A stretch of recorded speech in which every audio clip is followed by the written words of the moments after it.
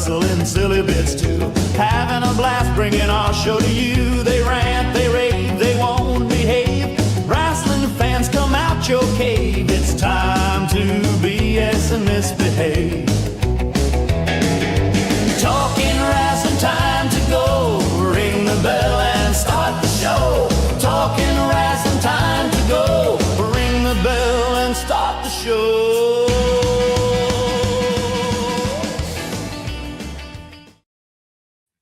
Hello, everybody. Welcome in for another edition of Talking Rasslin with Pondwater and Amy. I'm Pondwater Dave.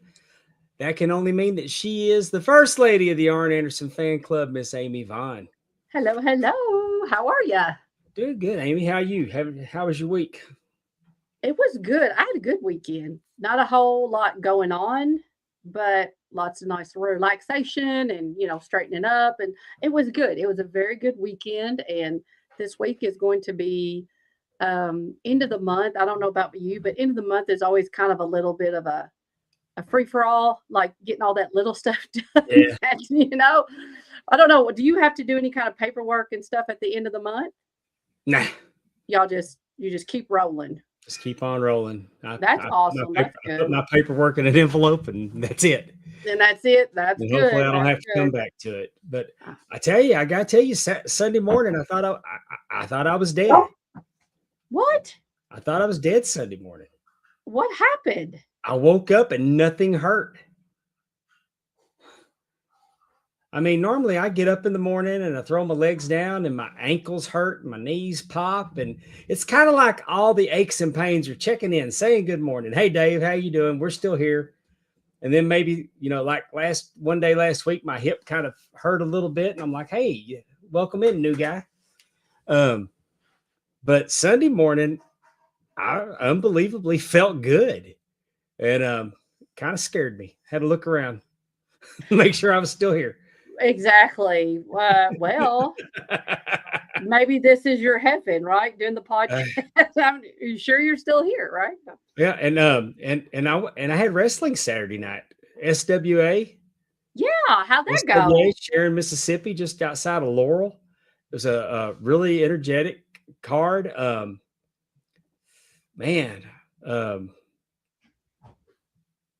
Doc and Grayson just really the Lucas Frost boys were vicious, very vicious.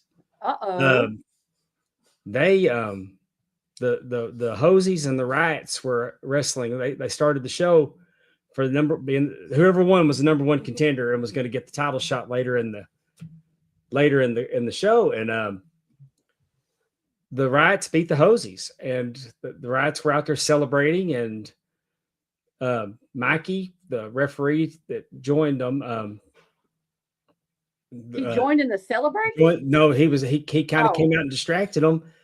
And DFB came in the front door and attacked them and beat the piss out of them. And they put the chair on Leo's arm and stomped him. Jumped on the rope and messed his arm up. So Sammy had to come. Sammy wanted the title shot, and he tried to take him on by himself. And I mean, he held his own for a little bit, and then Leo ran out and got on the apron, and I checked on him, and I mean, I didn't want to let him in because his arm's messed up. Right. And eventually, something had happened where Sammy and I think it was Doc that collided, and they fell, and he fell close enough to where Leo got the tag, and Leo got in, and I mean, he was busier than a one-arm paper hanger, and he did okay for a little bit, but they Doc locked him in with Kimura. Oh, and not a good move to have. And he held on. He held on, and they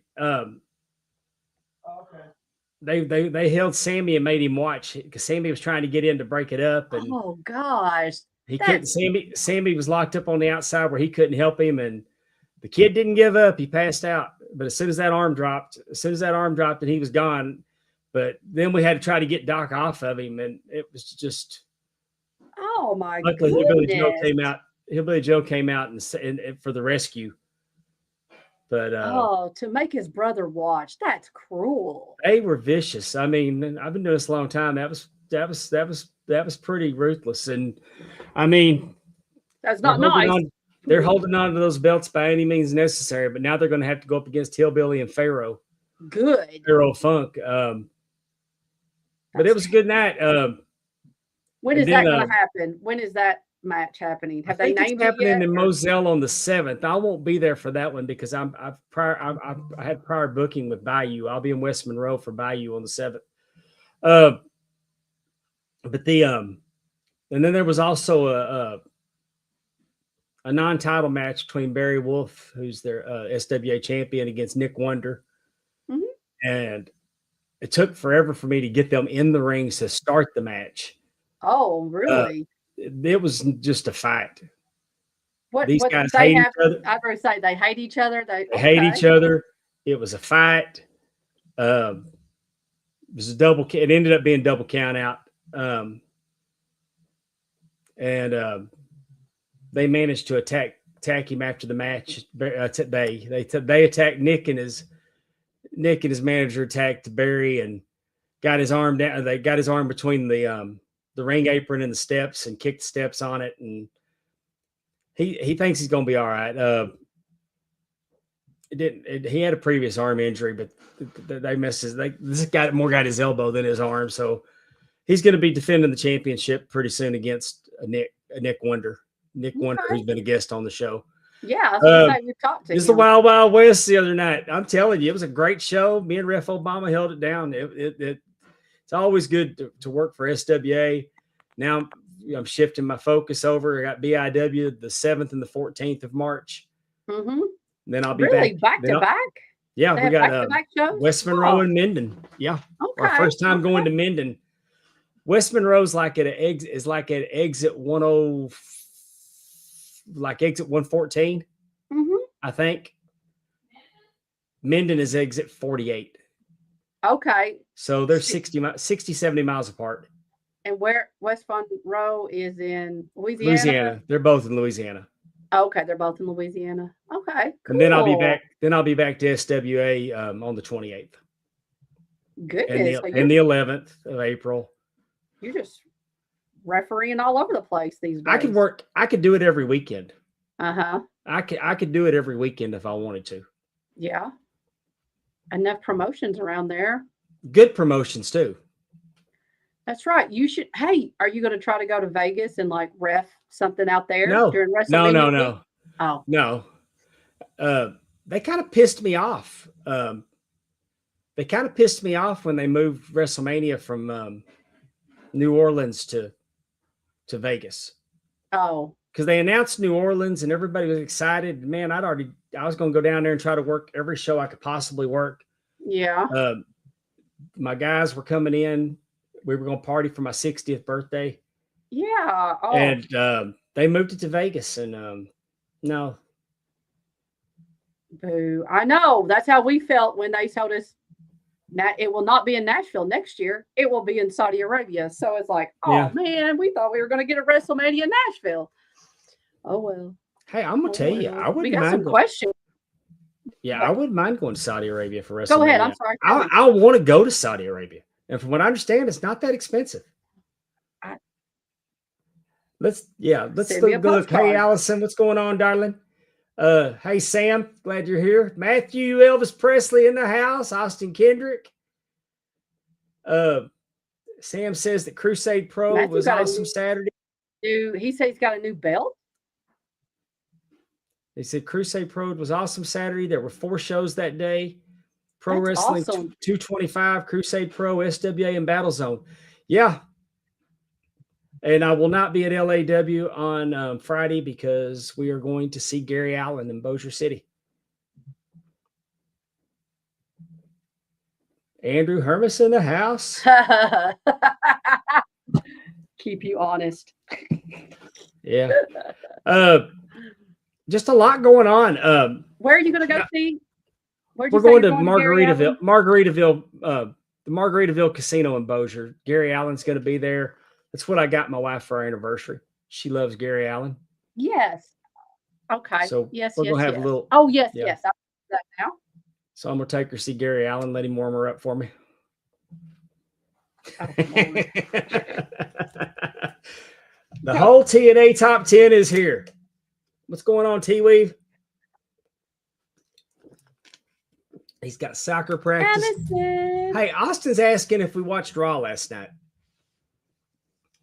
And I did.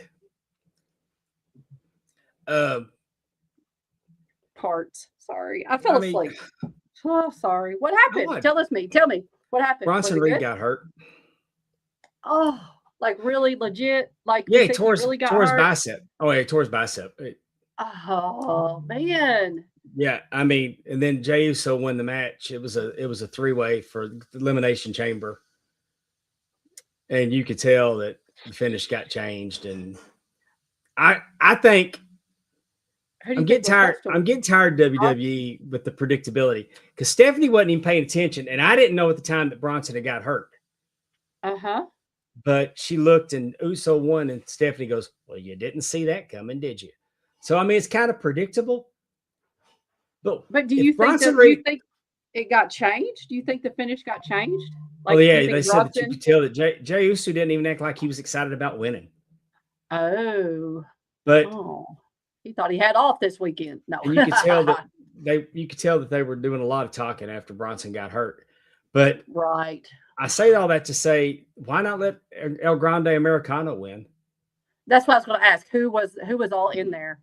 Yeah, I mean, nobody would have seen it, and the crowd would have popped huge for it, and it wouldn't have been as predictable. And the predictability, like last night, was about AJ Styles.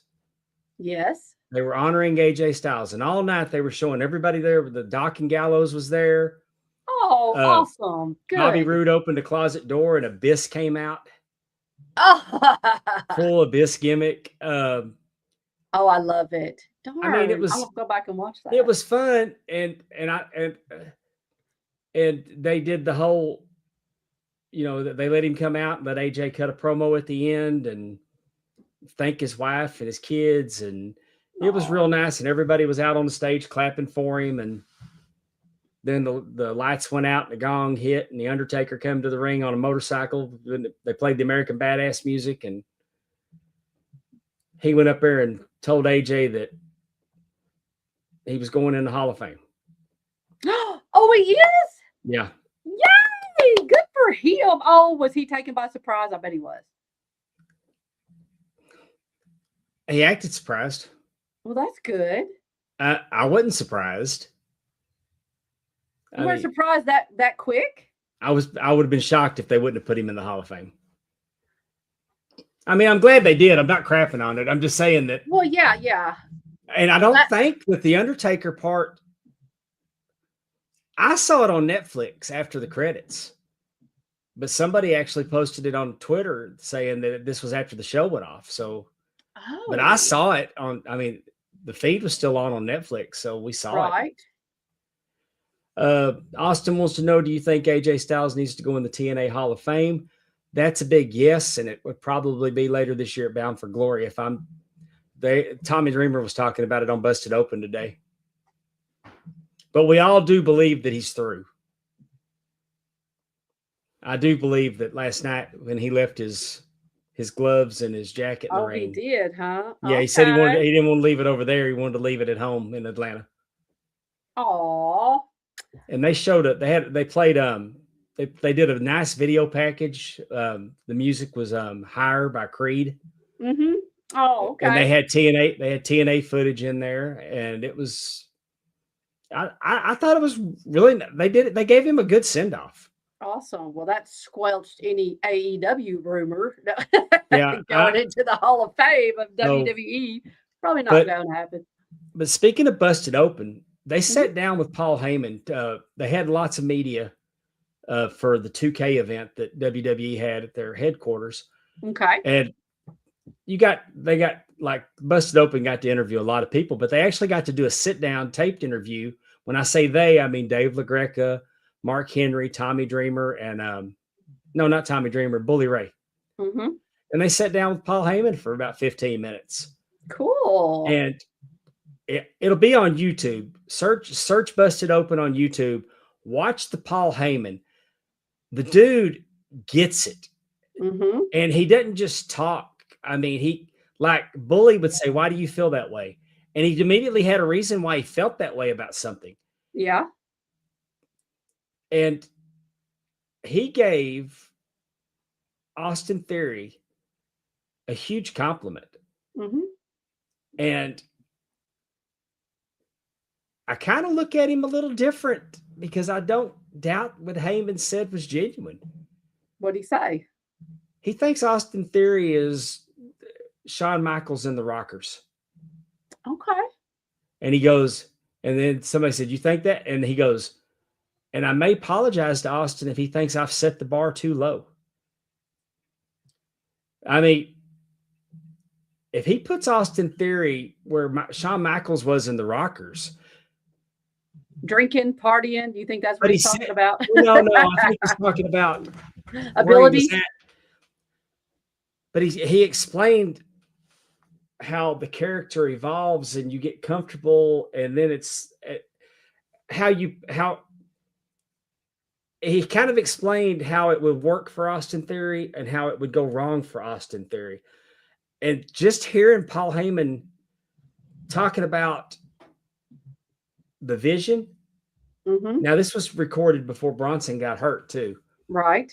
But he said that this feels like what the situation he's in right now feels like his ECW, because it was him against them against the world. Yeah.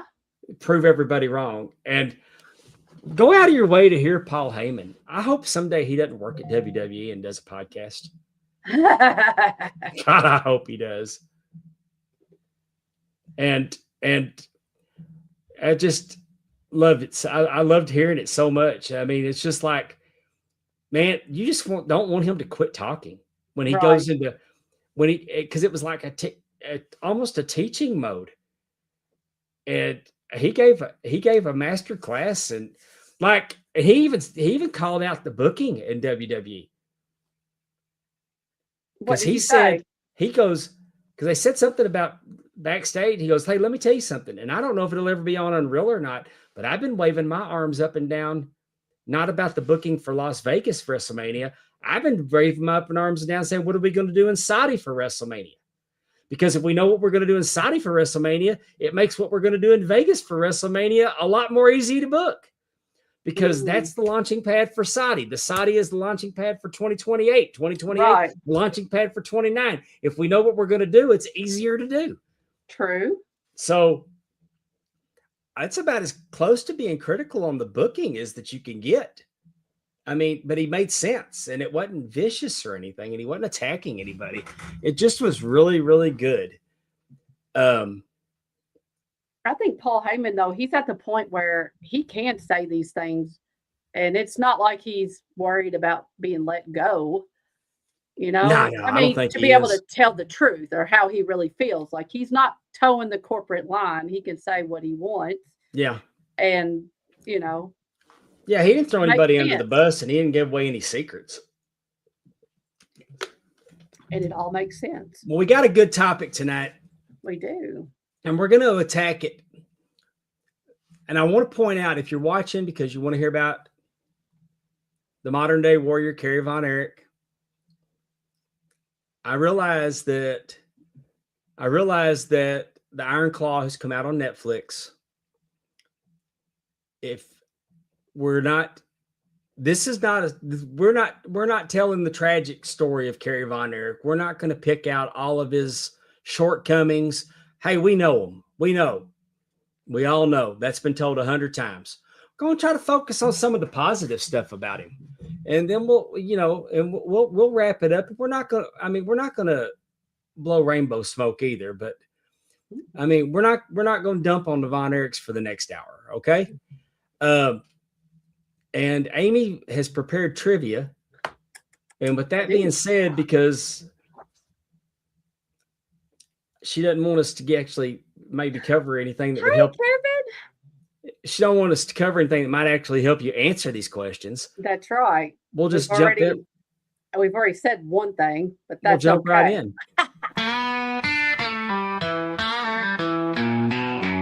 It's time for Amy's trivia. Can you hang? How big's your brain? It's time to play. All right.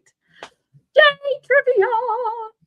All right. We're Kevin gonna Davenport in the chat. I know. Hey, Kevin. Man, I love seeing that Kevin Davenport's back in the chat and I got to on the upswing. exactly. I watched Double Drop Kicks podcast on Saturday, and it was fabulous. Very glad to see our friend Kevin up. All right. First question. Kerry Von Erich's best recorded high school discus throw was what? Which set a Texas state record at Lake Dallas High School. Was it 195 feet 7 inches, 196 feet 7 inches, 197 feet 7 inches, or 198 feet and 7 inches? I'm going to let the chat answer because I'm pretty sure that I know this. I'll go last because my granddaughter throws discus, and I believe that I told her this fact. All right. Okay. Cool, cool, cool. Andrew says it's D. Allison T-Weave's going B, 196. Matt's going B. Austin's going C. Ooh, we got everything but the A. Well, I think it's D. D is in damn near 200. Oh, it's only B. Okay. It was B only. Whew, it was 100. Well, 196 is damn near 200 too. Yes. 100. Hey, Ed. Hello, everyone. Hey, Ethan. How are you all? Hey, Ethan, Ed, look at this. We got a crowd tonight. Thank y'all. Yes, it was 196 feet and 7 inches. I can't even imagine throwing that. All right. Yeah, because I mean, when we were watching the discus during the at the state track with the girls, there's a girl throwing it like 120. Yeah. And as a senior. Right. And that's crazy. I mean, what? But to throw it 196 feet and 7 inches blows my mind. Close to what, in between the 60 and 70 yard line on a football field, right? You want me to do math? 3 feet to a yard. Okay. Yeah. Well, it is. That's It'd crazy. be around the 65. Think about that. And to control it, like you could spin around and you could heave it off in the wrong direction, and that would be terrible. Kerry's first reign as NWA American Heavyweight Champion began after defeating which opponent in 1980? Okay. Was it the Masked Superstar? Was it Bugsy McGraw, Gino Hernandez, or Ernie Ladd? Who did he defeat for his first reign? And I say first because he had several. First reign as NWA American Heavyweight Champion. All right. Kevin Davenport says it's B, Bugsy McGraw. Terry's going C, Gino Hernandez. Austin's going D, Ernie Ladd. Allison went C. Kevin's got a C with a question mark. Matthew went C.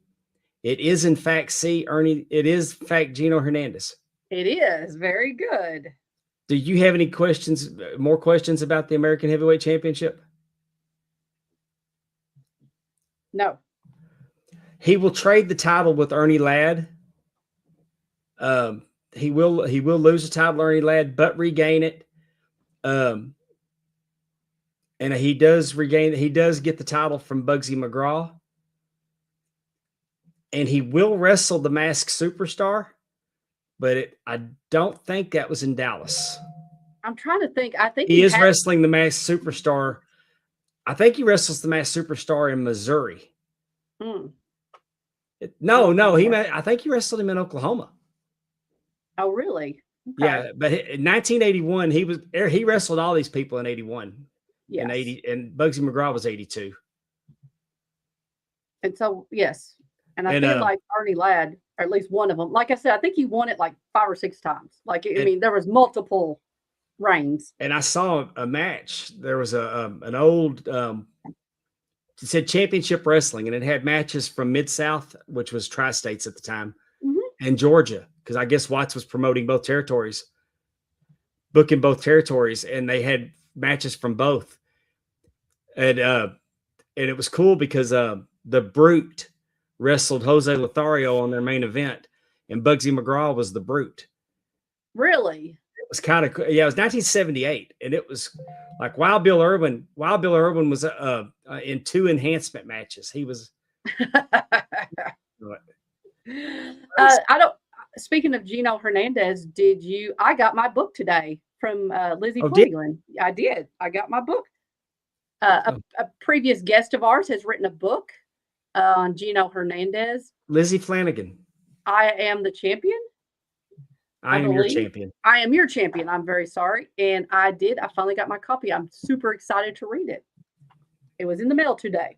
I'll have to check my mailbox. I had to go to the bathroom when I got home. I did not stop at the mailbox.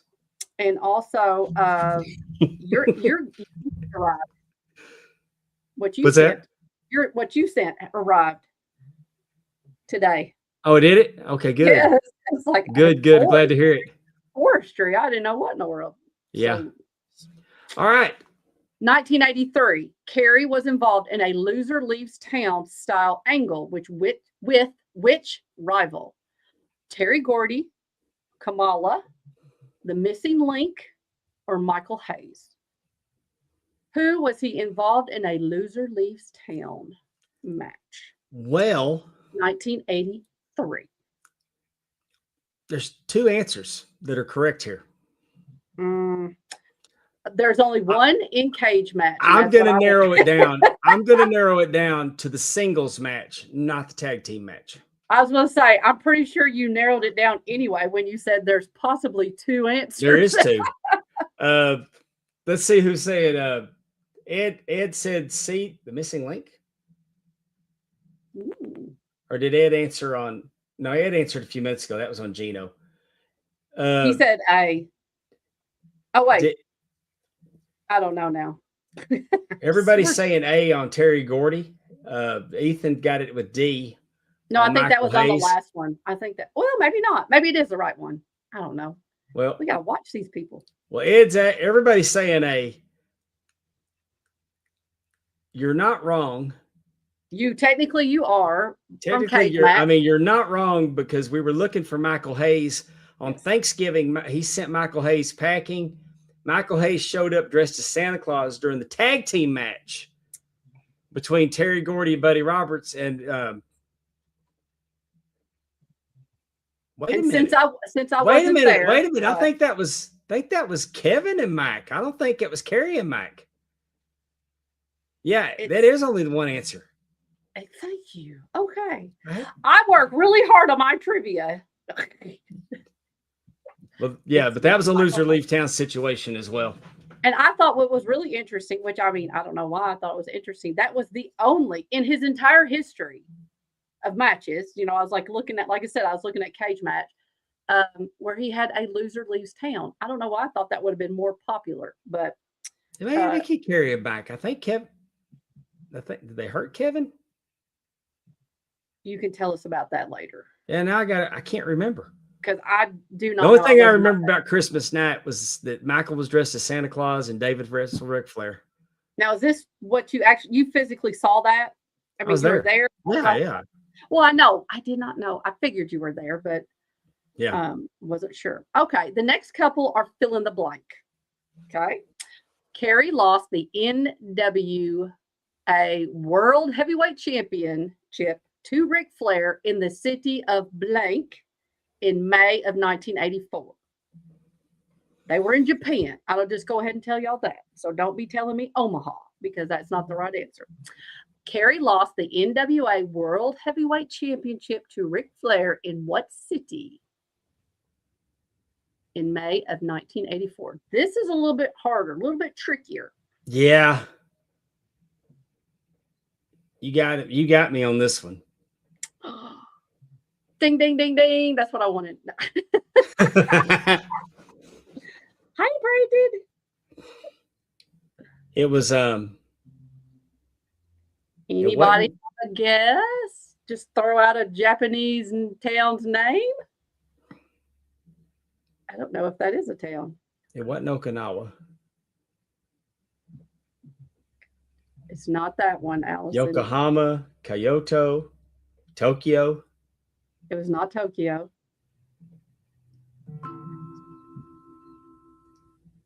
I don't know. Go ahead. Yokosuka. Okay. Yokosuka, Japan. Wouldn't have got that. Now, in case y'all ever need that for trivia, just know Yokosuka. All right, next question. I'm going to kind of have to change it up a little bit, but I will still ask it. It says WWE fans knew Kerry Von Erich by the name he used for the company, the Texas Tornado. But before that, he had an even more interesting moniker. Now, as you all know, because it was in the caricature, is that he was known as the Modern Day Warrior. That was the more interesting moniker. But do you know why he was called that and where that name came from? So we're going to change it up a little bit, and I'll tell y'all. Okay. Do you not know? I know exactly where it came Oh, okay. That's what I thought. Where did the name, the Modern Day Warrior, come from that Kerry Von Erich used? Where do y'all think it came from? Terry said his daddy decided it. No. I'm going to put a star on Matthew's question and circle back to it. Okay. I'm going to go ahead and say it because that's going to Okay. take forever for somebody to type it out. He got the song from the Rush song Tom Sawyer. Yep, it was a lyric in the That was his Rush entrance. song, That was his entrance Tom music. Sawyer. Exactly, Willie. Willie put it at. He came from his entrance music. Very good, Willie. Okay, last question. And again, we had to change it up a little bit since the Modern Day Warrior was first thing you saw. Might be a little bit hard, but in 2014, the WWE put out a list called the best 100 matches to see before you die. Where was the Kerry Von Erich versus Ric Flair Christmas 82, aka Steel Cage, WCCW Christmas Star Wars? Where was that match ranked on this list of 100 best matches to see before you die? Did you find the list? Yes. We need to go over the list Okay. and see how many of the 100 that we've actually seen. Okay. I will say this was the only entry for Kerry Von Erich. And again, this was 2014. Yeah, they're going to put it down kind of low. I'm going to say I'm going to say maybe 47. That is not low enough, Dave. Allison said 81 or 24. Terry said 79. Brandon said 36. Hi, Brandon. Mhm. Matt said 56.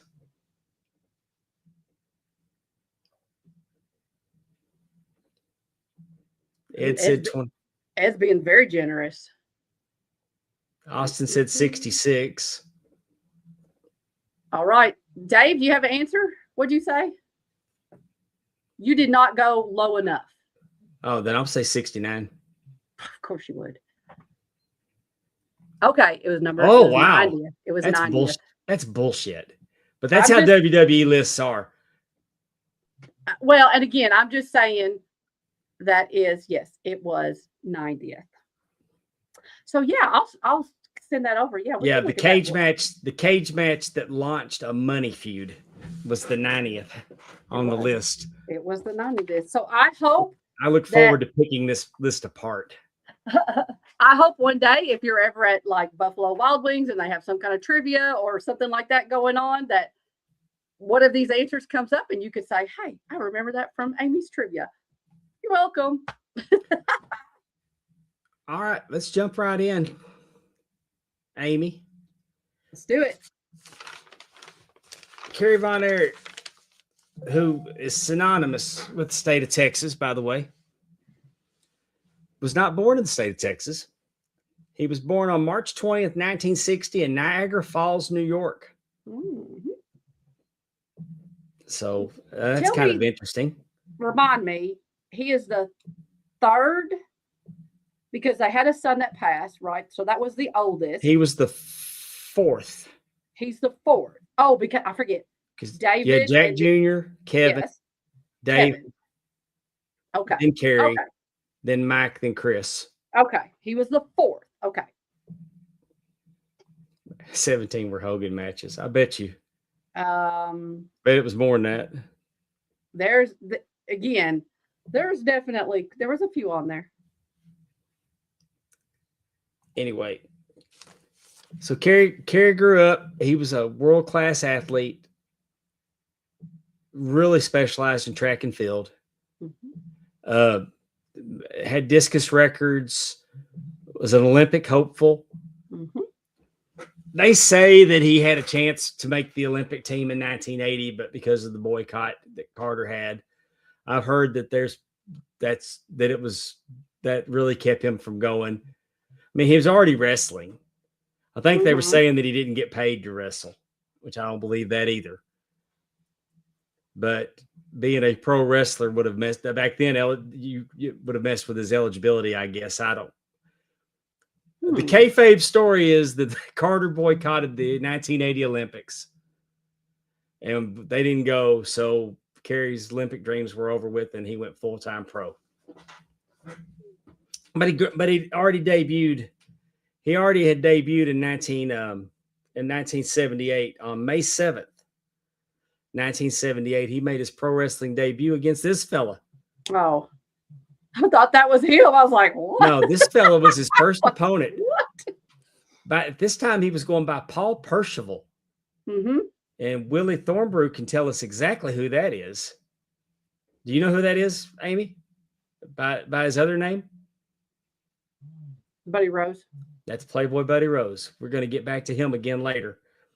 Give me a pat on the back. I Look got at that you one go, right. kid. Look at me.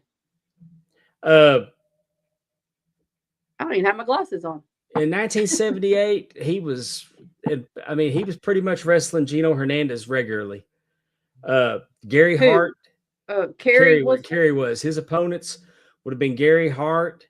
He was in there with Gino. He was in there with Mark Lewin, who you might know as Purple Haze with Kevin Sullivan. Maniac Mark Lewin. And Killer Tim Brooks. Kerry did a lot of tag team wrestling. Mm-hmm. If Right? If you look back at Kerry Von Erich's career, you could make a strong case that Kerry Von Erich was a career tag team wrestler. He was, he held tag team titles and he had lots of partners. Lots of partners. Well, that's a good way to learn, right? When you're starting out, is being a tag team.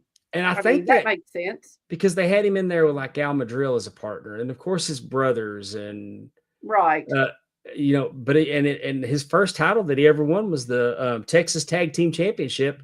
He won that with Bruiser Brody. Mm-hmm. Okay. His first, of course, in trivia, we learned that his first American Heavyweight Championship was against Gino Hernandez. Yep. And like I said, he was working with Gino a lot. And the thing I found interesting, though, out of all the titles in world class, because he held the Texas Tag Team titles, the American Tag Team titles, he even held the World Tag Team titles because they had their own version of the NWA World Tag Team titles, the Texas version. Right. He held that. He held the World Class Tag Team titles. He held the 6-man titles, all those tags, and he never held the Texas Heavyweight Championship until it was the USWA Texas Heavyweight Championship. He never held it while it was recognized as the NWA or the World Class. I think Austin Kendrick, are you asking, is Buddy Rowe still alive? I would say no. Is he? I think Buddy Rose has passed. I think he has two. I think he mean, passed away. Could be wrong. Willie could tell us. Willie's even throwing out that he was the executioner from WrestleMania 1. Yeah. I think somebody asked if he was, and Willie affirmed, yes, he was the executioner.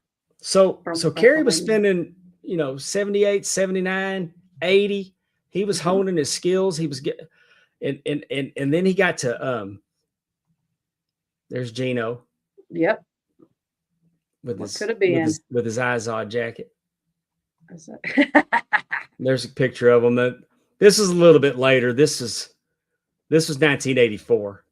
Mhm. I can tell it's 84 because Kerry's wearing David's tights. Oh. There's Ernie Ladd with the American Heavyweight Championship belt. And this He was a actually king? He was a king. That was yeah, his Ernie Ladd did a moniker? king gimmick. He would do a king gimmick. He was huge. I saw Ernie Ladd. The only time I ever saw Ernie Ladd wrestle in person, they brought him in to go against Kamala Mhm. at the Sportatorium. And the crowd didn't, they say that, I mean, like my good friend Lance Peterson watches it and says that the crowd didn't know how to react to him because he'd been a heel for so long. They brought him in against Kamala. Right. And when I went and saw him, I had met Ernie at our grocery store. He just coming in getting groceries. Because Ernie had friends in the neighborhood, and he would come by the store and see one of our butchers, and I got to meet him. And honestly, when I met Ernie, I didn't know he was a wrestler. I thought he was an ex-football player. So, Well, he was that too, wasn't he? yeah, but I I was gonna didn't know he was a wrestler. I wasn't watching wrestling when I met him. I got you. Then Kerry crossed paths with Harley Race. Thank you. But Playboy Buddy Rose died April 28th, 2009. Thank you for that.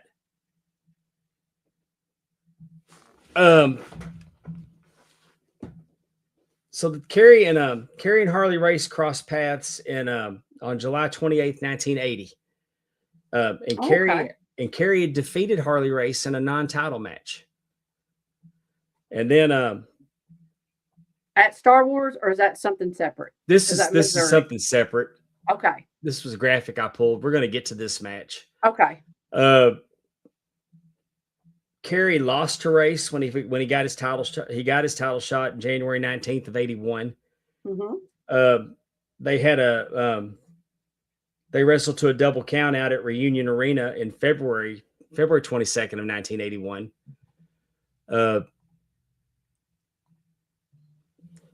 Kerry and Harley Race battled at Texas Stadium on Fritz Von Erich's retirement card. That would have been June 4th of 82. And they were wrestling to see who would be the number one contender to go against Ric Flair. And Kerry won that match. Okay. So Kerry, that was setting up Kerry's title shot in August when I actually, my first trip to go to the wrestling matches. This came from the network. They put the Star Wars cards on Peacock. Oh. And unfortunately, you can't go to Peacock and watch them now. What but are if they you going to could- do? Are they going to put those anywhere? Is it going to be on Netflix or ESPN? Supposed Do to we be- know? This is what I heard. On where? I'm sorry. Netflix, but they're adding stuff to YouTube also. So Yeah, I've seen But- that. I want to tell you that so many of us think of Kerry Von Erich and Ric Flair as a great feud, as a great opponents for each other. Mm-hmm. But if you go back and watch the matches that Kerry Von Erich had with Harley Race, I've always felt like that Kerry Von Erich matched up better with Harley Race than he did Ric Flair. Now let me ask you this, because I do not know, and I know you will. I mean, how many Okay, word salad. Sorry, let me start over. Okay. I only know of Kerry Von Erich wrestling Ric Flair and winning for the title.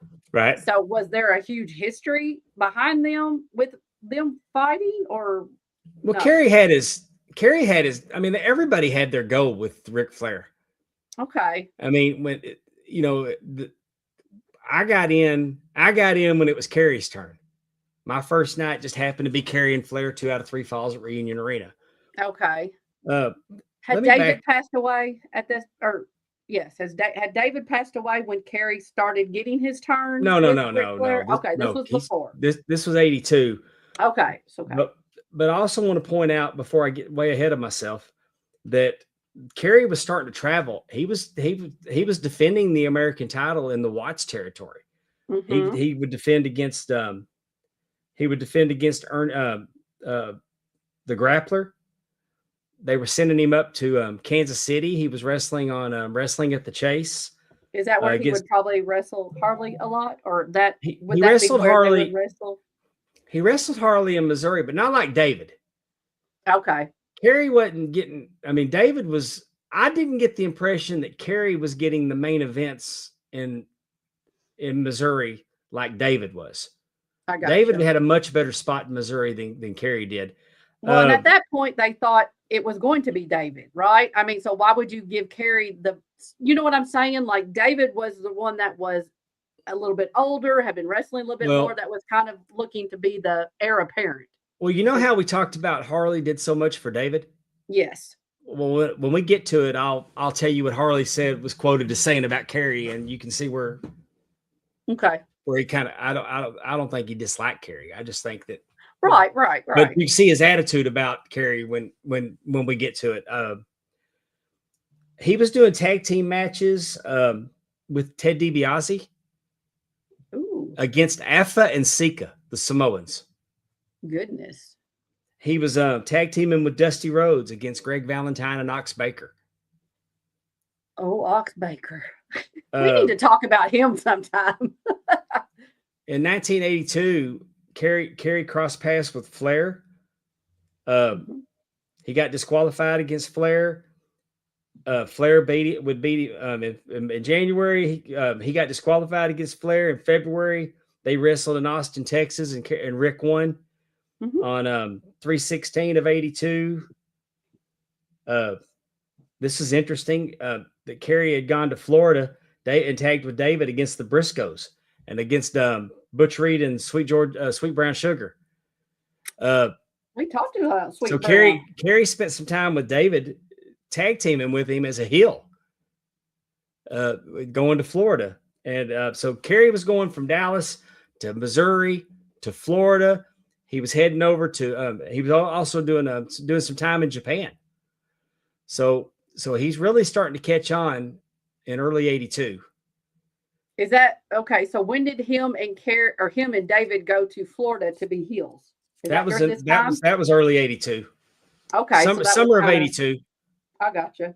Because David came home in August, and him and Kevin won the All Asian Tag Team titles on the same Star Wars that Kerry wrestled Flair. I gotcha.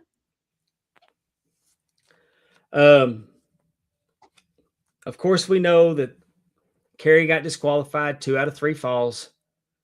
But the problem with the referee, Fritz beat the referee up. Sets up a rematch for Christmas. He also wrestled Ric Flair to a draw in October in San Antonio. Kerry and Flair was hitting the marquees. Mm-hmm. Like I said, were they going hour? You can go back and look at 84. Mm-hmm. In 84 and even early 85, whenever Flair would go to Bill Watts, Watts was bringing Kerry Von Erich in to go around the horn with Flair instead of one of his own Mid-South wrestlers. When you said they went to a draw, were they doing 30-minute matches or an hour? What would they typically, if you know, I'm just curious. It wouldn't give a time, but the only time limit draw I saw them go to was in Fort Worth, Texas, and they called it an hour. Okay. That was the match. Right? They said that Kerry had the 104 fever, and okay. That's the match that Flair said in his book that Kerry was in a bad way. but they still went an hour. So right. Well, that makes sense. An hour, like that probably is what a draw was, in a 30-minute time limit. It could have been. I mean, I don't know. I never attended a card in San Antonio. I don't know what their time limits were, but it was 30. It could have been 30, 45 minutes to an hour. Right. Lance Peterson's here, and he said even the paper admitted the time was BS. Hey, and I know that it was actually closer to 50 minutes. Mm. And the reason I know this is there was a big clock in Will Rogers. And the reason that I know that is because I was there on a school night that we were allowed to go from Dallas to Fort Worth on a school night to see this match. Oh my gosh. And How as far as Dallas to Fort Worth? Is an hour drive. Whew. Because I live in Pleasant Grove, so it was an hour drive on a school night. So I was looking when the main event came to the ring, I was looking at the clock, and I'm telling you, it wasn't when it was over, it wasn't a full hour. Right. Hey, but you hear them talk about the match. I don't remember the match being bad. Mm-hmm. It kept my attention for almost an hour. I mean, they told us that Kerry was sick. Right. It was an hour wrestling match. Mm-hmm. And we didn't get those a lot in World Class. All right. Was 30 still a toll road? Robert wants to what I'm about to ask. Yeah. Dallas Fort Worth Turnpike. I want to say that the toll gates were still up, Robert. Oh my. Yeah, I forgot that. It was. You have to be really dedicated. You had to pay for your ticket and on the road. Robert Wells, one of my fellow referees. We worked together at BIW. Cool. Guys that weren't even in the territory tell stories like they were there that night.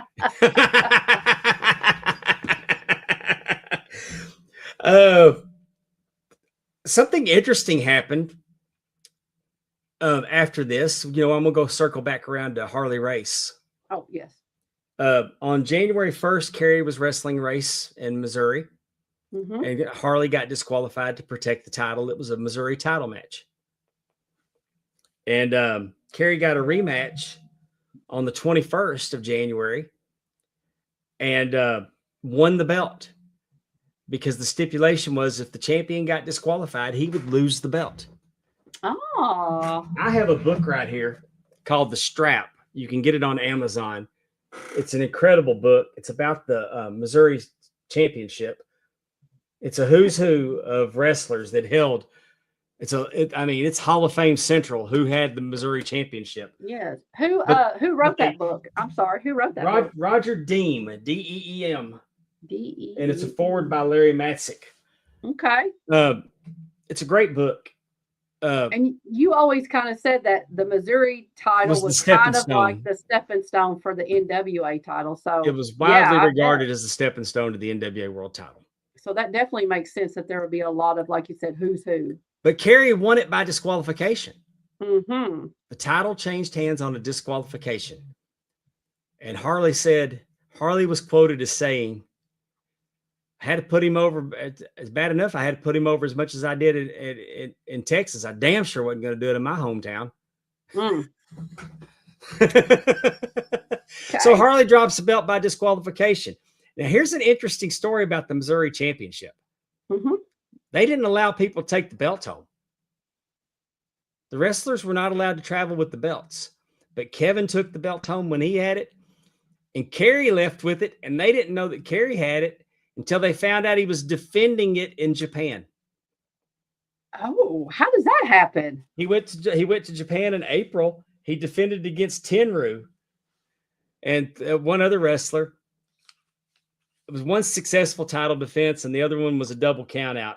And but he defended the Missouri Championship twice, and it wasn't even authorized. The people in Missouri didn't even know the belt was in Japan. Oh my goodness! So on April 15th. That can't make them happy. That cannot make them happy. Kerry lost the belt to Crusher Blackwell when he got back on April 15th in Missouri. So they got the belt off of him pretty quick.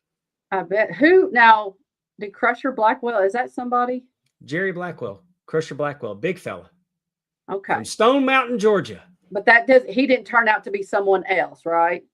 What was the one man gang? What was he called? Wasn't he a Crusher? Does anybody know what I'm talking about? I feel think like One Man Gang was all something. One Man Gang, and he might have wrestled as his name. I'm gonna look that up because I know that he was some kind of crusher or bruiser or something. You think you're thinking about Am I thinking about the wrong person? yeah, you're thinking about Bam Bam Bigelow. He was Crusher Yarkov or something like that. Oh, okay. And Barry Darso was Crusher Darso. Right. And I did before know he was that Crusher one. Khrushchev. So that's just kind of interesting that the Kerry's Uh-huh. So that's the Crusher. answer to your trivia question. The only man to ever defend the Missouri Championship in Japan. He was Crusher Broomfield. I knew that One Man Gang went by something like that. All right, Crusher Broomfield. Look at you go, kid. Yeah. I mean, I couldn't remember what it was or where I heard it, but I did know there was something there. So now we're rolling. We're rolling through 83. Another little thing called the Von Erich Freebird Wars started. So Kerry's wrestling. His chase of Flair has he's chasing Flair more out of the territory than in it. Mm-hmm. Because now we've pivoted to Kevin in early 83. Right. We've pivoted to Kevin. Kevin's going after Race. Race kicks David in the head. Now David's after Race. Then David's after Flair. So David's pursuit of Flair was going for the. So Kerry's not back in the title picture until it's in memory of David. But Kerry's spending all of his 1983. I mean, he's going against the Freebirds. He's traveling to Missouri. He's just, he's all over. And of course, we're gonna keep on, and we're gonna bring it on to 84. Where unfortunately, not unfortunately, he won the World Heavyweight Championship from Flair, but the reason he did is because there's a memory of his brother. And he spent 18 days defending the title. Yep. 18 title defenses in 18 days. Pretty title right there. Where he lost it in Yokosuka, Japan. Yes. Yokosuka. No, not Suma. Suka. It Yokosuka. Is. Or Oscar. It's like I don't know. I don't know how to pronounce things. I don't want to be. So I'm not very good at that. But he said they stopped. Lance says they quit taking in 78. Did they? I guess the toll booths were still there though. You had to drive through them. I could see that. No, they just haven't taken them down. I thought it was later than that too, because it seemed like I had to pay tolls to go to Six Flags. As a matter of fact, I went around the Grand Prairie side to avoid the toll booths. And here he's saying you didn't even have to do that. Yeah. I've been asleep since then. Hey, I mean, can remember that going literally was almost. I can remember going through the toll booths and get my dad let me throw the change out into it. I love it. That was almost 50 years ago. So it'll be okay if you don't remember exactly. That was hurtful, Amy. That was hurtful. But it was the truth. I was just saying it's almost 50 years ago. I just thought I'd go ahead and throw a picture of the four brothers. What a good bunch there. Lance, while I'm talking about Lance, like Lance does the World Lance Cast, the world class podcast on BTT, Booking the Territory, on their Patreon. They do a great job. Like me and Timmy C were the Temu version of doing that. but Lance knows everything, and he pointed out that Mike just started wrestling on Thanksgiving. Mm-hmm. So there was only 2 or 3 cards that all the brothers were on. All the brothers wrestled on. And I think that I don't think that he counts the one where Kevin came out because he got hurt in the back and he came out and caused disqualification as him officially wrestling on that show. It's amazing. I mean, I know David was tall, but I mean, he is like literally a head taller. They are like literally just at his shoulders. I believe in my heart of hearts, had Mike not got sick, that Mike would have filled out and been more like David than any of the other ones. But Mike didn't have the he's the one that wanted to be a musician, right? Yeah, but Mike was not. I mean, Mike got better. Yeah. Well, no, I don't mean it like that. I'm just saying. Mike wanted to be a musician, but he knew. I mean, he was not a bad wrestler. Right. I mean, it's not like he just got in there and said, "Hey, I'm the boss's son. We're going to do this tonight." Right. I mean, he had good matches, and Lance has even pointed out that he got better. But what Toxic Shock did to him, Toxic Shock did to him, I thought that ravaged his body. I think if he would have ever filled out, that he would have probably been more of a David type. Mm-hmm. Because he was kind of more of a, I mean, he didn't really know how to wrestle that great, so he was more of a brawler anyway. Right. And when you put him in there with the Freebirds, he really had no choice but to fight or die. True. Because that was just orchestrated bar fights is what that was every night. Yeah, really. I mean, every now and then you'd see them have a wrestling match, and you're like, they must have just felt like showing accidentally threw a move. No, it's kind of like Hulk Hogan. He could wrestle, he just didn't have to. True. When they put him and in nobody wanted to see Terry Gordy wrestle. They wanted to see him beat the crap out of somebody, right? Well, when you saw Terry Gordy wrestle, it was a thing of beauty. Oh. I hate that the episode that he wrestled Ric Flair at the Sportatorium from 1983 is not on the network. I mean, we couldn't find it. Mm-hmm. That match. Aww. Because they skipped that episode. Wonder why. The February 3rd episode they skipped, and we have no idea why. But that match against Ric Flair and Terry Gordy, and the way Flair ended up pinning him was Gordy came off and Flair kind of picked him up like a bear hug almost. Yeah. But fell backwards with him and clotheslined him on the top rope, and then when he come off the rope, he rolled him up. Okay. It's a cool finish. That hurt. I can't remember if I paid tolls in 1982, but I can tell you that I saw how Ric Flair pinned Terry Gordy. No, we didn't see Flair pin people very often. Sure.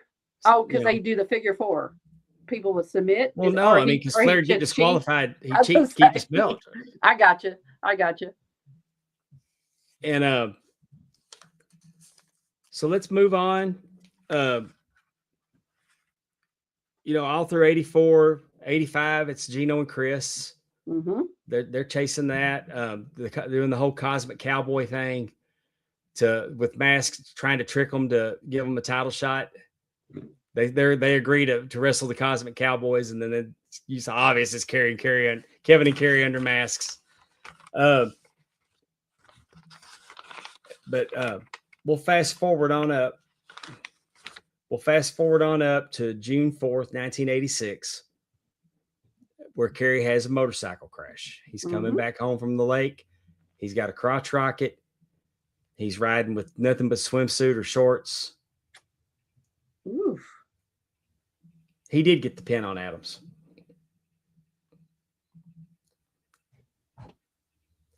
He got that pin on Adams also. Who, like Ric Flair did that move? Yeah, Rick got a pin on. No, he's saying that when Rick defended against Adams, he got a pin.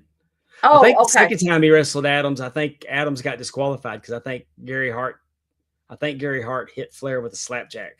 Well, that will do it. Something in a sock, and because Chris really hadn't turned yet, but Gary Hart was managing him. I gotcha.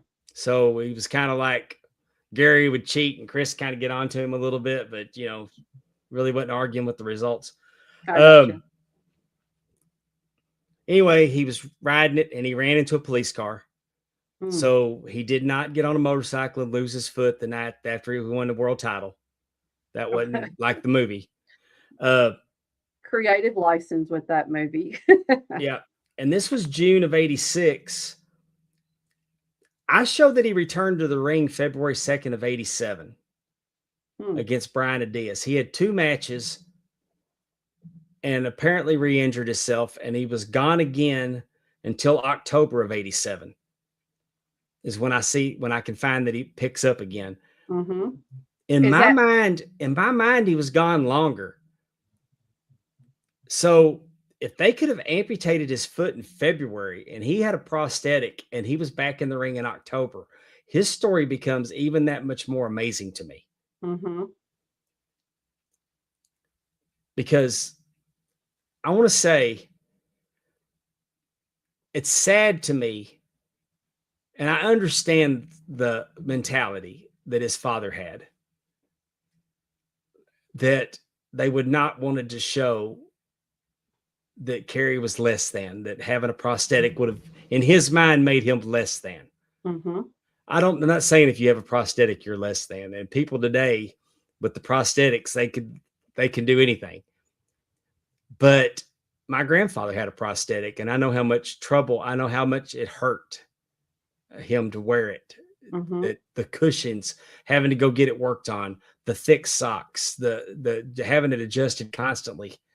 But the fact that Kerry Von Erich came back with a prosthetic on, and we didn't know it, nobody knew it, Mm-hmm. you know, and that he could do the things he was doing.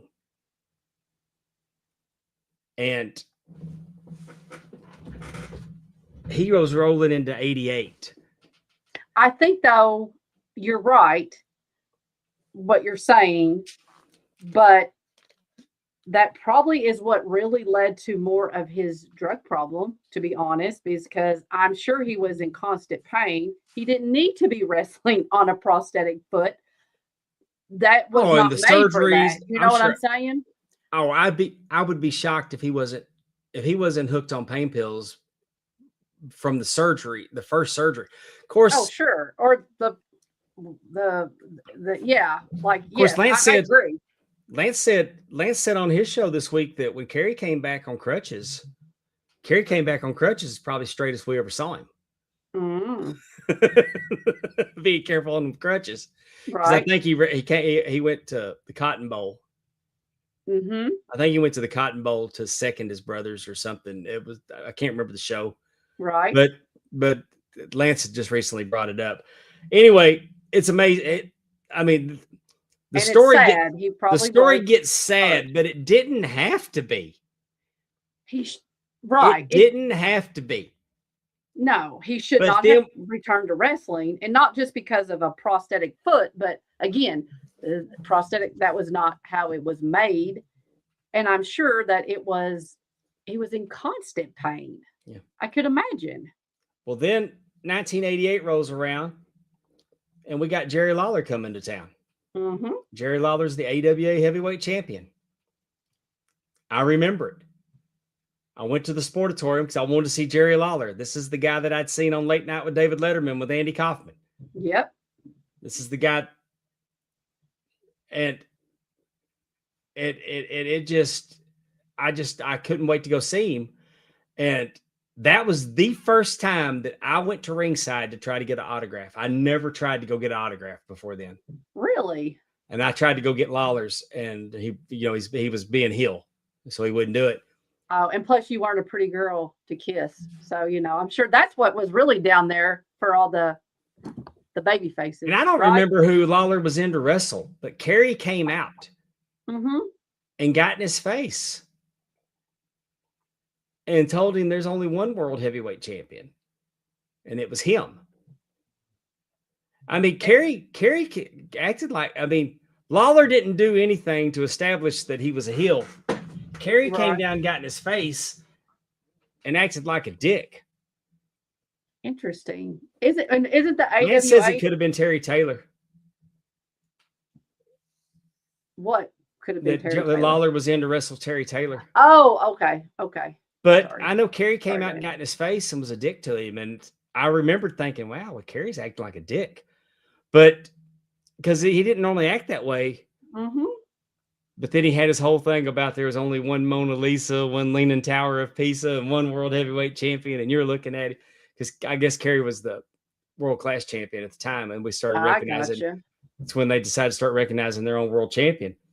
Okay. But him and Lawler were off to the races, and interesting. We started getting the USWA guys in, and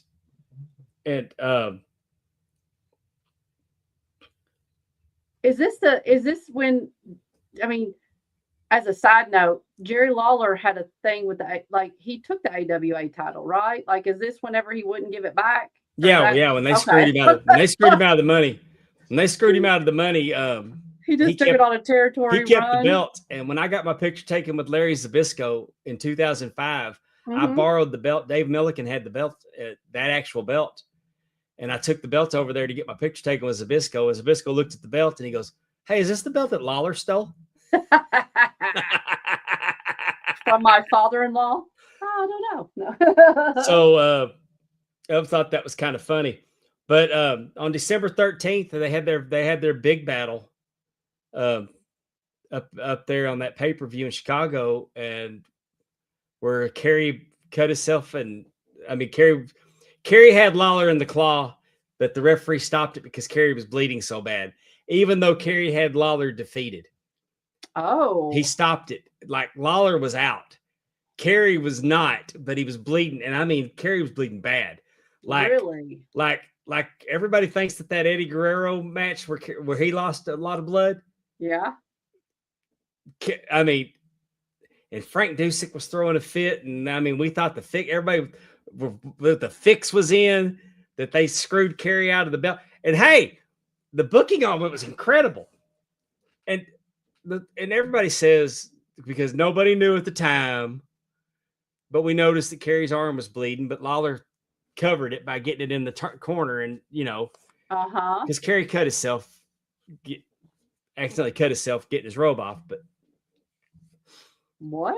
But it was he cut himself getting his robe off. Yeah, he had the razor on his finger and he cut it. He accidentally scratched his arm, and he cut his arm. Okay. Before the match even started. Lawler immediately went and attacked the arm. Well, that makes sense. But weird. I'm just saying, it was a good match. Yeah. It was a lot of drama and a lot of emotion, and we were pissed. I bet. Well, yeah, I can imagine if he had the claw and all of a sudden the bell's ringing, but they're saying that Jerry Lawler won. I'd be like, what do you mean? Yeah. I can see that being pretty shocking. I mean, the show overall sucked. I mean, it was not a great show. Oh. But that main event was cool. Yeah. And I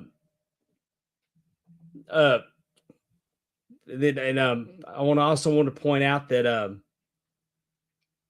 on March the 12th of '89, Kerry became a tag team champion with our boy Double J.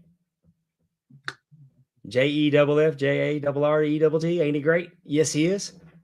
I think Jeff Jarrett's going to be the new Kevin Bacon with the 6 degrees of separation. Like Jeff Jarrett's going to be that person that you can always take everything back to. He's been I mean, he kind of is the Kevin Bacon of professional wrestling, but he's been around long enough that he's rubbed up to everybody. Exactly. I'm not saying anything's wrong with it, but that's just, no, I'm not either. I love Jeff Jarrett. Yeah, no, that's funny that he was tag team champions with him. Jeff Jarrett's on my Mount Rushmore, and I'll die on that hill. And it's not because of what he did in the ring; it's what he's done. What I saw him do outside of the ring. Mm-hmm. When I saw that, I mean, I've talked about it before, and I'm not going back to it. But when I realized that the man is a wrestling genius, he's got a talent for it.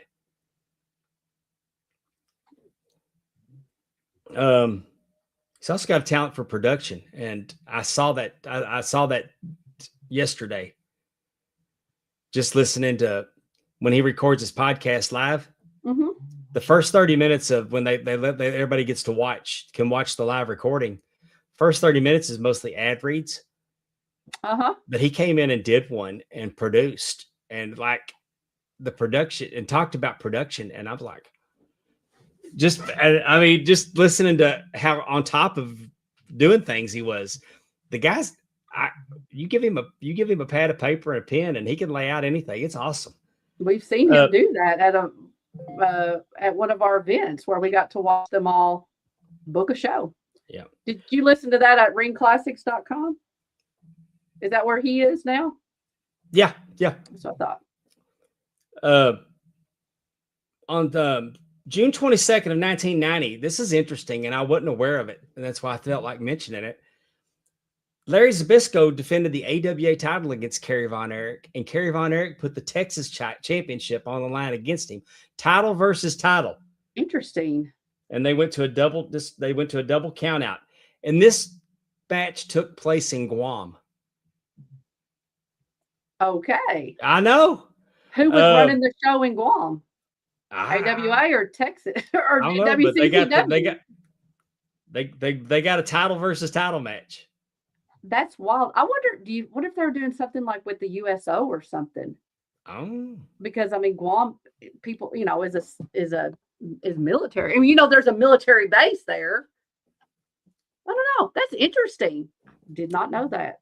and the Sportatorium, that was all winding down at this point. Mm-hmm. That was all winding down. And then on July 16th of 1990, Kerry went duty bopping his way to WWF. Oh, there's a picture of him with the Missouri Championship. And him and Lawler. I forgot to keep the slideshow going, guys. Look, there's the tag. Look at those two. Save some Tag credit for the rest of champions. us, guys. There's Texas Tornado. There's the Texas Tornado. And there's Buddy Rose. to welcome him to the WWF. That's kind of crazy. How cool is that? The first opponent he had was the first opponent he had on Saturday night's main events when he debuted in the World Wrestling Federation. And they called him Kerry Von Erich. Texas Tornado. They have not cut Kerry Von Erich from his name yet. Mm-hmm. But he started there on July 16th of 90. He's going to defeat Mr. Perfect for the Intercontinental Championship. And he held it for 84 days. So on August 27th. So he was there just a little over a month, and he wins the Intercontinental Championship. Cool. Against Mr. Perfect.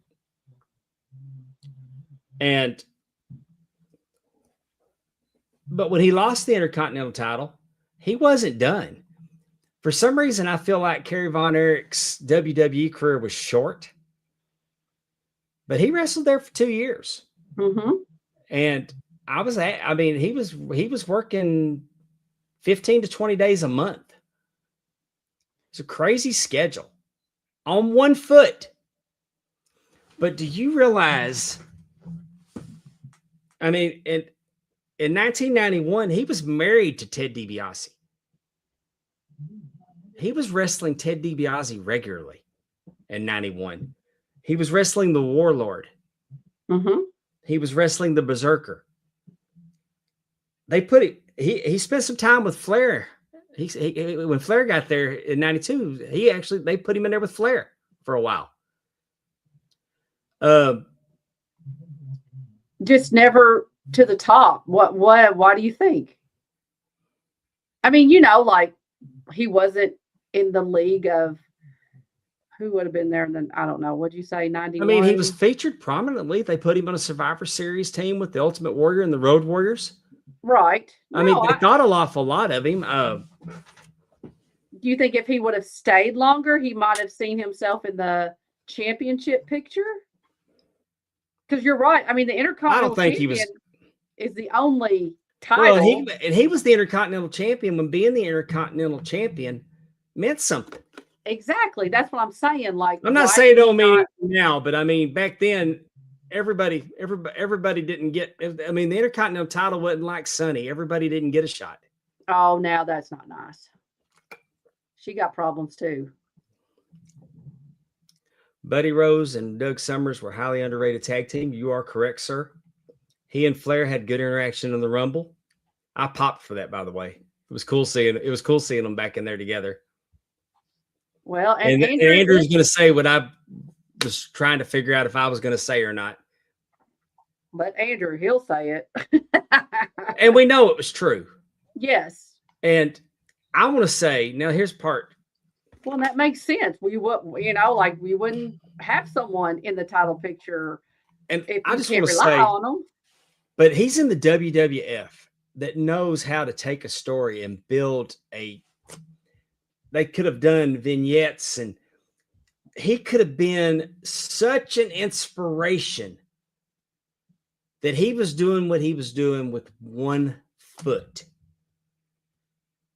And do you think that's where they were in 1990? I mean, he started with the WWE July 16th of 90. He finished up there on July 10th, 1992. He lost to Kamala on a house show in Hershey, Pennsylvania. That was his last appearance for the WWF. Right. But he did 2 years there, and he worked that schedule. And I'm never going to forget. Lance makes a good point too. Is he didn't cut good promos. Right. Right.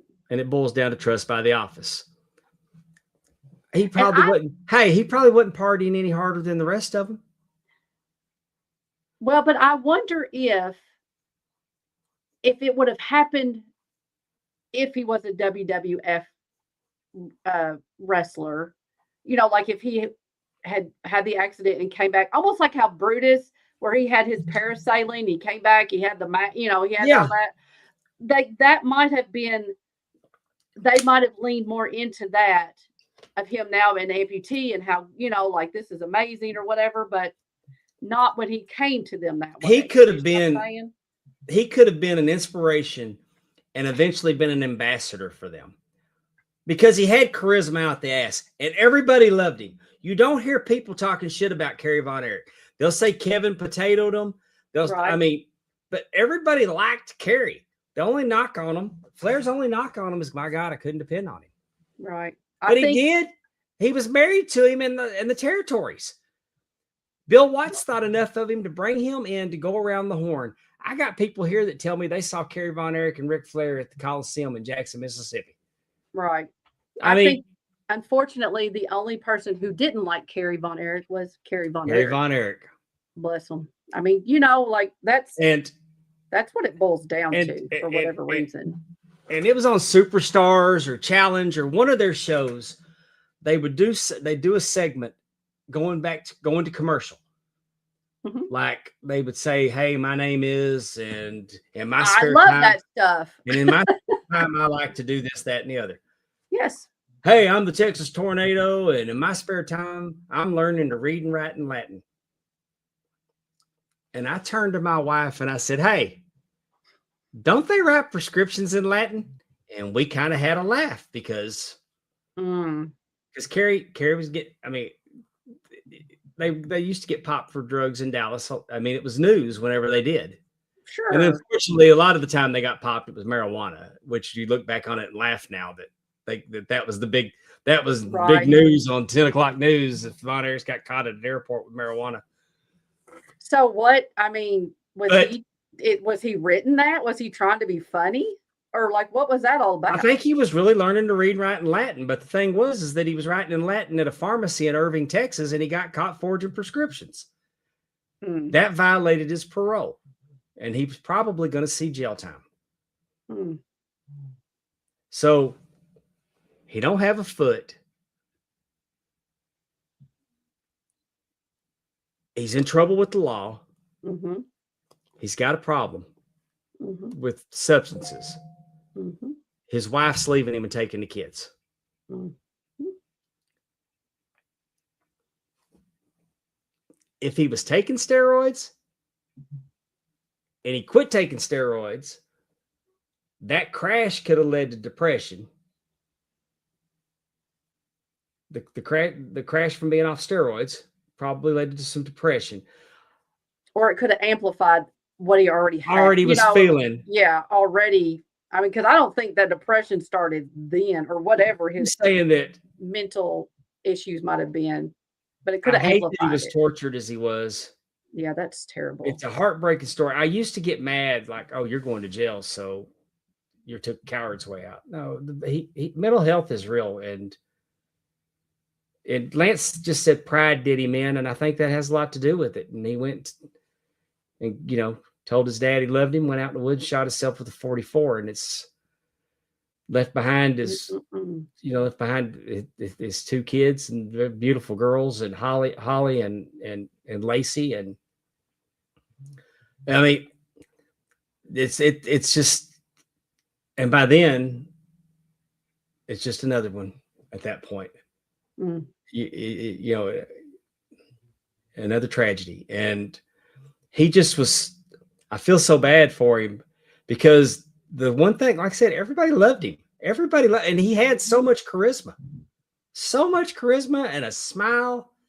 You know And what though? They say when it comes to depression, it's not the ones that talk about how depressed they are that you should worry about. It's the ones that are smiling and the ones that you don't know. oh, You know, like that is 100% he could have never admitted that to his dad.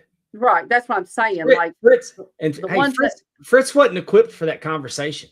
exactly the ones Fritz who act was like not equipped for everything that is conversation. okay. That's Hey, who I'll you need tell you to worry what, I don't know that I would, I don't know if I could have, if one of my kids came to me, man, I don't know, man. You could, there ain't no way Fritz Von Erich was equipped to deal with that. No. No. And he'd already buried 3 kids. I mean, that old man probably wasn't right either. And the other thing that is very important to remember is that, again, you are with yourself 24/7. So Yeah. if you're telling yourself things or you think these negative things about yourself, like that's all you hear. And so, Hey, let me ask you, you know, yes. do you get more upset if somebody's mad at you, or do you get more upset if somebody's disappointed in you? I think I would be more upset if someone was disappointed in me. Exactly. And if You his know? ex-wife was disappointed in him, and we don't know how much his kids realized at the time, Right. but that feeling that he's let everybody down, and the 100%. promotion, we know that we've heard that they weren't good businessmen. The promotion was gone. How old was Kerry? I'm sorry. Did you say was he 33, 37? I feel like, do you know? Sorry, when do he you want me to look passed, it he up? was born in 60, so he was 33. 33. 33. Gosh. And yeah, he was just short of 33. It was on Okay. February 18th of 83. 93, you mean? Yeah, 93. I'm sorry. Okay. So I was gonna say, ooh.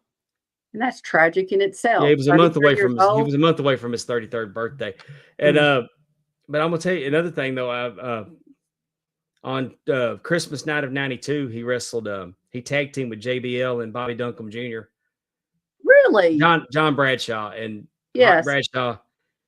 And they went against Black Bart, Johnny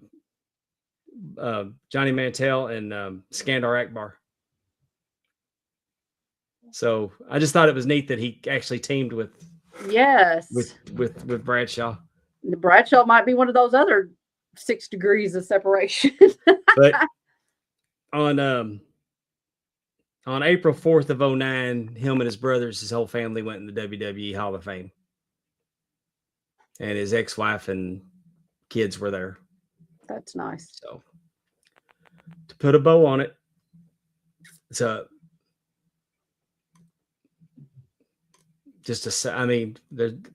when you talk about him, we celebrate everything that he did, and he had a heck of a career. Mm-hmm. But it's, when you look back on it, primarily a tag team wrestler. Interesting. His greatest successes came as a tag team wrestler. And I've never in 40 something years now. Right. Never really thought that Kerry Von Erich was. I'm trying to think. Matt asked me, if you were to rank Kerry as the Intercontinental Champion, who would fall between, meaning better than this person but not as good as this person? Are you going to look at it from that time period where, like you said, that was kind of the working, like that was keep it in the WWF belt, realm, I guess you could say, maybe in the 90s. He was transitional champion. Mm-hmm. He was transitional. I mean, he had a nice little run and lost it. Am I going to say that? I can't put him up very high on the list. Right. And I think going back to Matthew's other question, I do not think Kerry deserves an individual induction to the WWE Hall of Fame. That's just me. I don't think he does. Do you, Pondwater? What do you think? Well, they put Coco Beware in there, so I mean, if I was going to put one Von Erich if I was going to put one Von Erich brother in the Hall of Fame, the WWE Hall of Fame, then I would give Kerry his own because he is actually there. He's actually there, and he did a little something, and he was strong, and he had a prominent. He was pretty prominent his 2 years while he was there. Right. No other Von Erich child or son, right, was in the WWF. Other than making an appearance at Madison Square Garden, no. Right. Okay, that's what I thought. But I mean, the McMahons thought an awful lot of them. Like when David died, he got a 10-bell salute on their television show. Sure. So, and where does the Von Erichs rank in wrestling families, in your opinion? Top 5. Who would that be? Who's your top 5? You'd have to give the Samoans the nod. Okay. No, whether you want to or not. I mean, you'd have to. Those Samoans have made. I mean, their fingerprints are so all over the wrestling business. Do you consider the McMahons, or do you think of just like actual wrestlers? We're talking about in the ring wrestlers. In the ring wrestlers, okay. I put this won't be a surprise, and it ought to piss a lot of people off. But I put the Von Erich family over the Hart family. Interesting. Tell me about the time that the Stampede promotion blew up.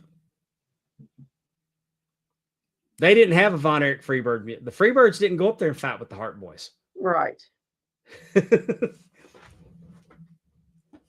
Yes. No. No. I just. Hey. What? I mean, the best one died.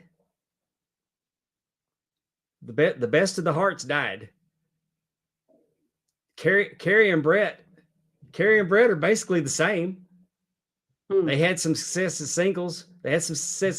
But they were much better as a tag. Brett at least accomplished world title. So did Kerry.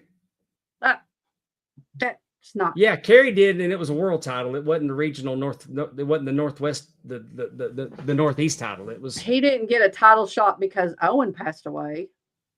No, but Brett. He got a title. But if there wouldn't have been a steroid trial, he wouldn't have never been more than the Intercontinental.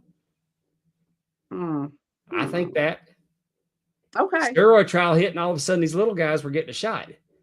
And I'm not saying that Brett was over 200 pounds, but you know what I'm saying. I know what you're saying. The land of the giants became deflated. Yeah. A little bit. That's what I think. Andrew, it's so funny. No, but hey, it's your opinion. I just ask him questions. My bad. No. So he's about to defend Bret Hart. I kind of said that kind of tongue in cheek, but no, I mean, you look at it, but I mean, I think the Funks are a top family. The Briscoes were a top family. The Rhodes family is a top family. So I mean, I'm not saying the Von Erichs are number 2, but they might be on my personal Mount Rushmore, but yes, you are saying they are number 2, and that's fine. No, I'm just saying that when I was going to name them, if we were going to make a Mount Rushmore, then you'd have to put the Samoans on there. Yeah. You'd have to put the Rhodes on there. Why do you have to put the Rhodes on there? I'm just curious. Because of what Dusty accomplished both in and outside of the ring. Okay. His innovations are still going today. But how's that a family, I guess, is what I'm saying. I'm not disagreeing. Dustin did not have a shoddy career whatsoever. Because he was very innovative with Gold Dust. Very true. And can still, I mean, and then let's look at Cody. I mean, Cody was there. He left, conquered the world, came back. He's the man. He's QB1. Yes. just what they are. I mean, you had to put the Rhodes family on there. Okay. And I mean, and I'm not talking about promoters, because then you got to start talking about McMahon's and Crockett's maybe. Right. But actual wrestlers. Yes, yes, I think. But that. I mean, just talking about families, let's look at what the Funks did. Mm-hmm. The Briscoes. I mean, the Briscoes. Without the Briscoes, we may not. If the Briscoes wouldn't have done what they did as promoters. But well, that's true. Well, that's what I'm saying. But selling, they enabled Vince to conquer the world. True. So, I mean, I ranked the Von Erich's top 5. And the only reason, because, I mean, even with all those anchors on their back, they still dominated the 1980s in professional wrestling. So, I'm just saying. No. Again, it's an opinion. I like it. And it's fun. And it's fun to get on here and talk about them. So exactly. No, it's been fun. It's been a good night. You know who else it's fun to talk about? Who?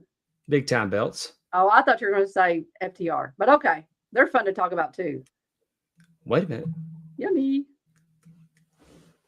I saw a clip. I saw a clip where they beat up the Young Bucks brother.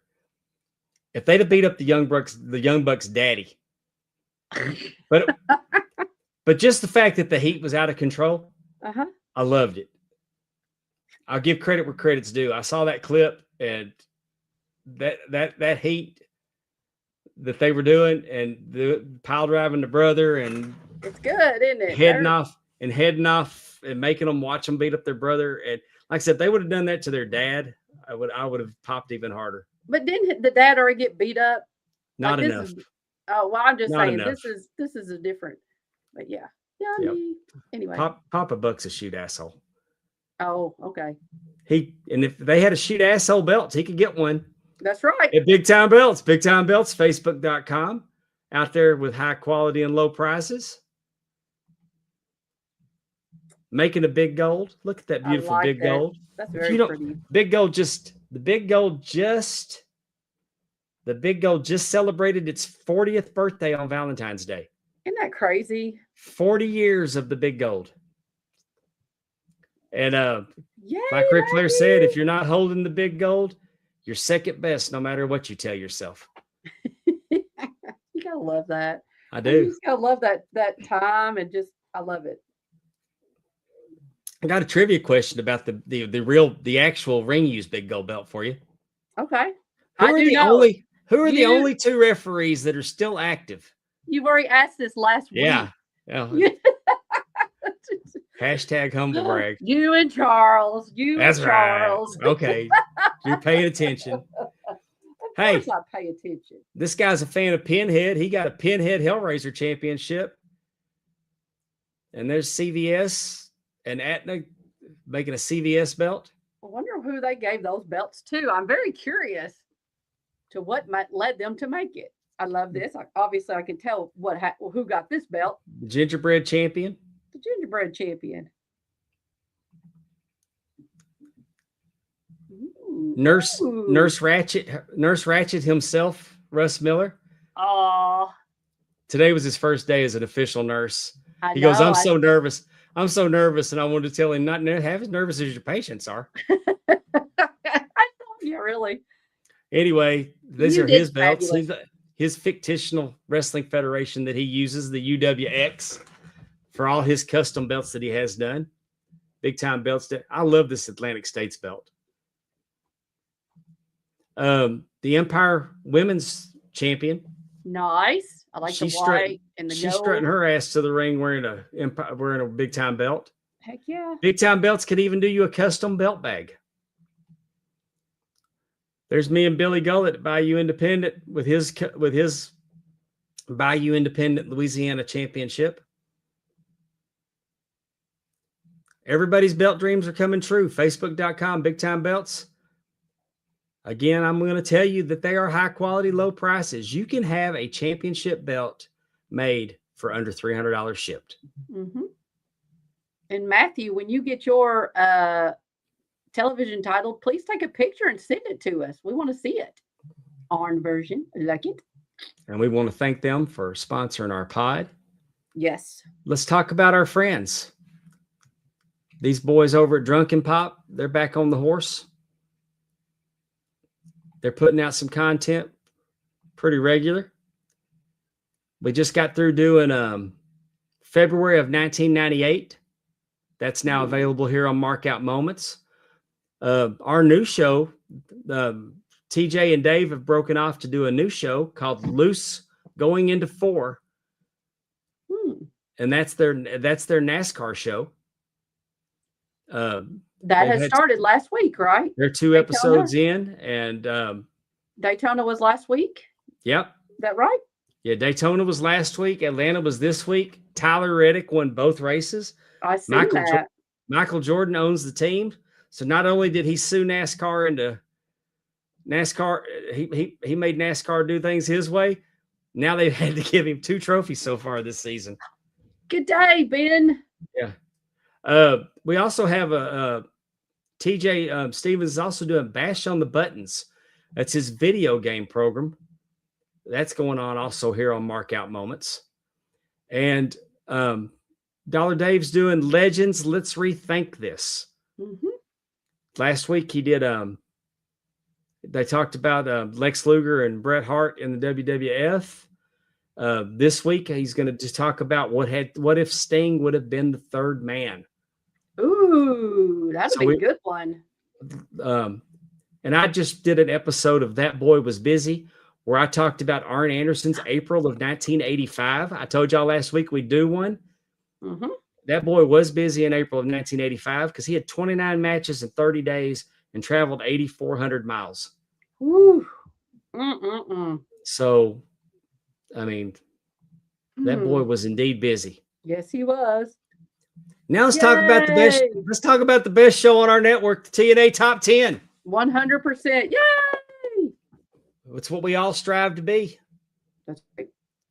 We just want to be entertaining, like Andrew, Allison, and Terry. And this past week was a great show. They did Winter Olympic games. Winter Olympic events, and it kind of went like I thought it was going to do. I think you need to look at the graphics. You need to watch it on YouTube to really thank you so much for putting me in the graphics. You were great. It took me a minute to realize that it was me because I'm watching it on my phone. Oh, because we had to finish Landman, so we had Landman on the big screen, and I got them on my phone. And then I realized that was me in that picture. Yeah, you couldn't see. You had your name Pondwater written. I had to blow it. I screenshot it and blew it up and looked at it. I love it. Thank you so much for doing that, Terry. You did a great job. I was in the 4-man bobsled. And I knew curling and hockey were going to be 1 and 2.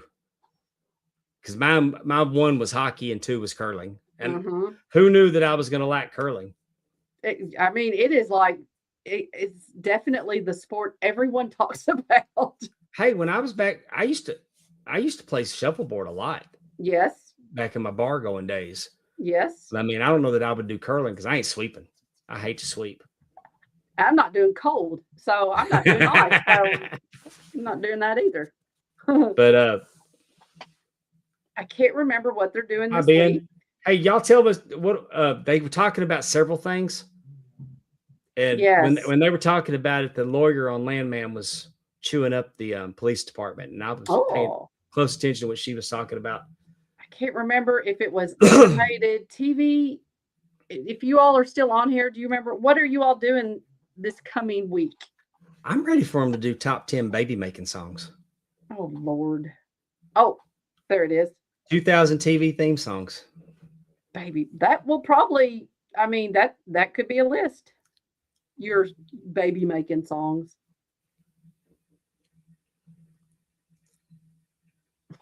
Yeah, that's right. That's right. They were talking about the snow and stuff, how you could have it synchronized and shovel. Over on the Dav Network, Kevin Davenport's back with the Double Drop Kick podcast. He went live Saturday night. He's back. He is. And he was here with us tonight. It's like Eric Bischoff. He's back and better than ever. But hey, he's got a knack of making podcasting better. See what I did there? Yes, you did. You're very good. Tea Leaf's starting to give him a run for his money on production, though. It is fantastic. But Kevin's production value is second to none. Yes, it is. And then Spanning the Globe on Thursday nights, they're talking about wrestling belts. Sometimes they'll bring a guest in.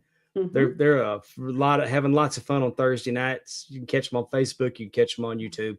Spanning the Globe podcast, and of course, season 1's in the books on the question mark with Efren. He had Josh Chernoff. He had Brian Cage. He had Kelly Slaughter. He had David Zahadi. Who else am I forgetting? He plays 20 questions with them, and he's damn entertaining. Efren's good at everything he does. He does a great job. And we love him. Mm-hmm. We love him. You'll love him. You'll love everybody we just mentioned. Support all of our friends. I do want to say on the DAF network, I believe it's them this coming week. I think it's on Saturdays when he typically has their show. They are going to have Wahoo McDaniel's widow. I can't remember. Miss Karen's going to be on there with her robes. And yes, she's going to be on there and talking about being a seamstress. I think she wrote a book. Did she write a book? Did she have a book? She wrote a book, and I think she's going to do some. I think she's selling the custom robes to go with as a package with the C4 Big Gold. Okay, well, they are having her on, and they'll be doing an interview with her. Yeah, she did the jungle robe. She did the jungle robe and the black robe. Yes, they showed that. It's either Spanning the Globe is going to do that, or Double Drop. I cannot remember now, and I'm so sorry, but yeah, I love Miss Karen. She's great. Yes, keep watching for that. That seems like a really cool episode. Okay, and one last thing I want to tell y'all about a project,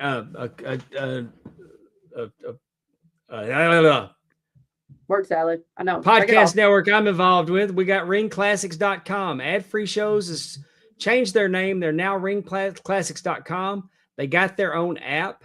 I encourage everybody to go and sign up on the website, because Apple, if you sign up on the app, Apple has got fees like you wouldn't believe on top of what they charge. It's much cheaper on the app, but use code Pondwater26 and that'll get you a free month to check out everything that's going on over there. JBL's got a show named after his book, Have More Money Now. That's a fun show. Curtain Jerkers is coming soon, which is Cassio Kid and JBL are doing comedy, and it's awesome. We showed we saw the pilot episode last month. Well, I can't wait for it to drop. Matt Cardona probably does not want it to drop because there's a good Matt Cardona story on there. Oh no! Oh yeah, they told it. They told it on my man. And but you got all the podcasts. You can watch them live. Watch parties. If you join, there's 2 levels. For $13.99, you get everything. Everything. Bonus shows, podcasts, ad free. You get it all. But if you get the backstage pass, you qualify. We're having like get-togethers. We just did Eric Bischoff's. We did Eric Bischoff's power plant weekend in Atlanta. And at the end of May, we're doing Jeff Jarrett's Asylum in Nashville for the whole weekend. And there will be 3. There'll be at least 3, maybe 4 trips a year. And that's all that tier's for. If you want to participate in these, I mean, highly customized, really cool one-off experiences like AFX Studio. We had an AFX Studio tour in Atlanta to go see, and we're the special effects for WCW, and it's actually a special effects for movies too. And there'll be more content with Andre that on the channel. Like I said, it's going to focus a lot on behind the scenes things that, because we already talked about everything up and down that goes on in the ring and in front of the camera. Right. Now we're getting into the nuts and bolts and the people, the difference makers behind the scenes. But And give it a sometimes try. Don't cost more nothing to try. interesting. Go over there, ringclassics.com. Use the code Pondwater26. Get you a free month and try it out. Definitely. And it's a lot easier. The app is a lot easier to navigate than Patreon. So You got nothing to lose. Give it a try. I like it. I dig it. You'll dig it too.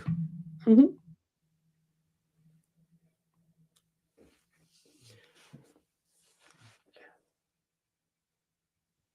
So we've said it all. We've said enough, and we're done. I think that sounds Thank good. y'all for joining us tonight.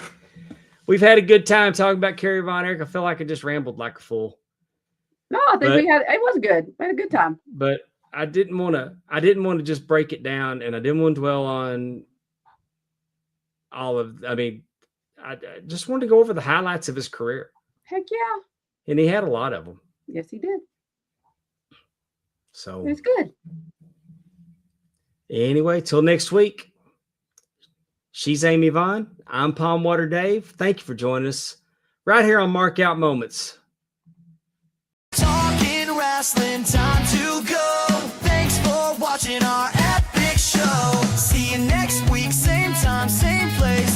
Mark Out Moments is your happy